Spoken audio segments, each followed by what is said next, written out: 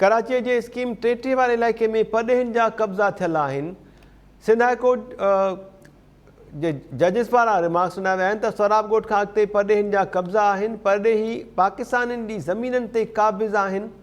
अदालत जो चवणु आहे त स्कीम 33 नोगो एरिया बणियल आहे। छा मिल्कियतुनि जो तहफ़ुज़ रियासत जी ज़िम्मेवारी न आहे?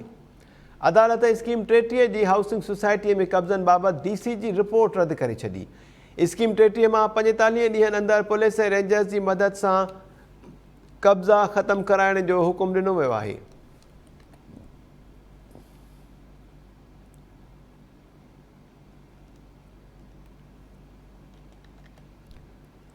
कराची जी स्कीम 33 वारे इलाइक़े में परॾेहिनि जा कब्ज़ा थियल आहिनि। अदालत जो चवणु आहे त सोराब ॻोठ खां अॻिते परॾेहिनि जा कब्ज़ा आहिनि। परॾेही पाकिस्तानियुनि जी ज़मीननि ते क़ाबिज़ आहिनि। स्कीम 33 नोगो एरिया बणियल आहे। छा मिल्कियतुनि जो तहफ़ुज़ रियासत जी ज़िम्मेवारी न आहे?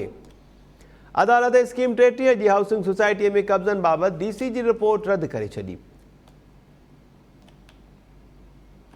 स्कीम 33 मां 45 ॾींहंनि अंदरि पुलिस ऐं रेंजर्स जी मदद सां कब्ज़ा ख़तमु कराइण जो हुकुम ॾिनो वियो आहे।